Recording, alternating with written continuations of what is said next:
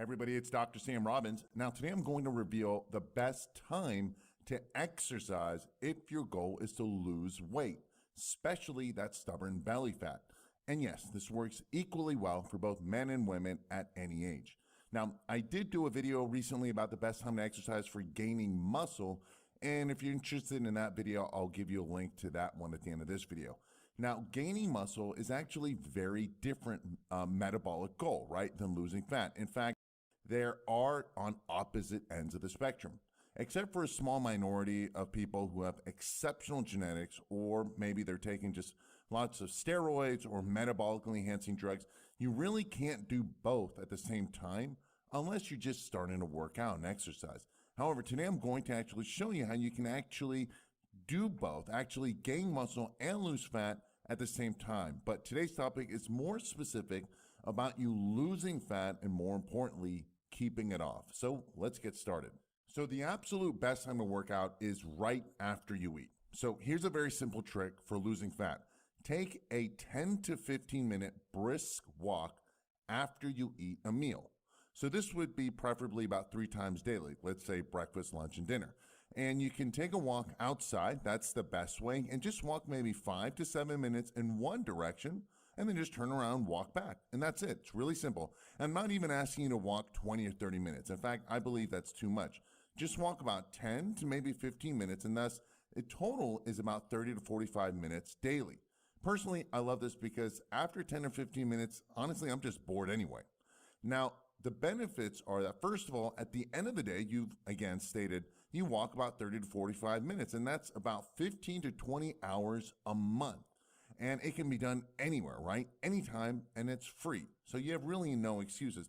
And there's just a lot of extra calories burned by just walking these 10 to 15 minutes. Number 2, it improves digestion, which means that the nutrients you're eating are going to be utilized for energy rather than fat storage. Number 3, it also lowers cortisol levels, your stress hormone. This means less belly fat, higher testosterone and growth hormone and thyroid levels, all which do one main thing: help burn more fat for both men and women. Also, it lowers blood sugar levels by, in fact, up to 50 to 60%. And higher blood sugar levels basically stores the food into your fat cells because that's what insulin does. Lastly, it also helps lower blood pressure, which may not do much for burning fat, but it's good for your heart. Now, the second best time to exercise is first thing in the morning on an empty stomach in a fasted state. Mind you, not with weights, all right? But again, doing cardio. And I will limit it to just fast-paced walking. Now, in the morning, you have very little glycogen in your basically carbohydrates stored in your muscles and liver. By doing cardio, more specifically fast, brisk walking, you'll burn much more fat since you have very little carbs in your body.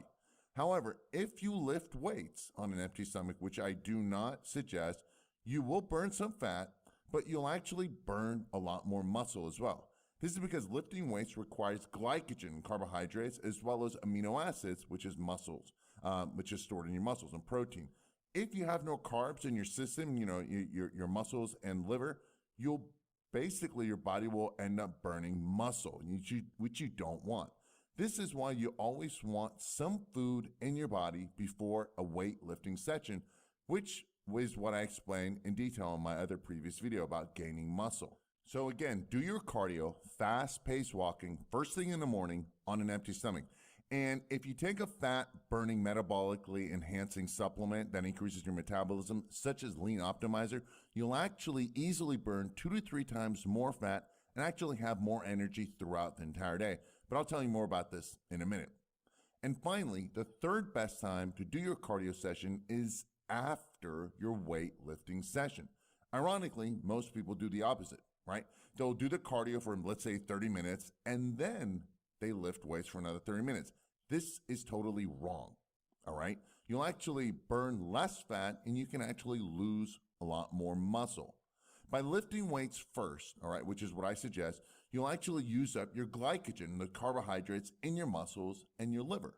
Now all that's left is protein and fat to burn, right? By doing cardio, such as a brisk walk, you'll go right into that fat burning mode because you've already burned up your carbohydrates. But if you were to do strenuous cardio, such as running, which I don't suggest, you'll burn fat, but you'll also burn more muscle because there's no carbohydrates to burn, right? Because you already used it up in your weightlifting session. So now, if you were to do the running instead of the walking, you'll burn fat and muscle, and this is not what you want. So what I suggest is maybe do a 5-minute warm-up, right, on the bike or something, just to warm up your body. Then lift weights for about 30 to 40 minutes, and then finish off with a brisk 20-minute walk after your weightlifting session.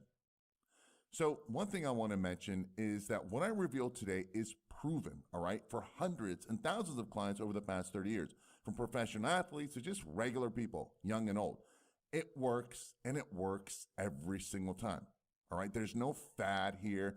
You don't need scientific research to prove this. This is time-tested and proven.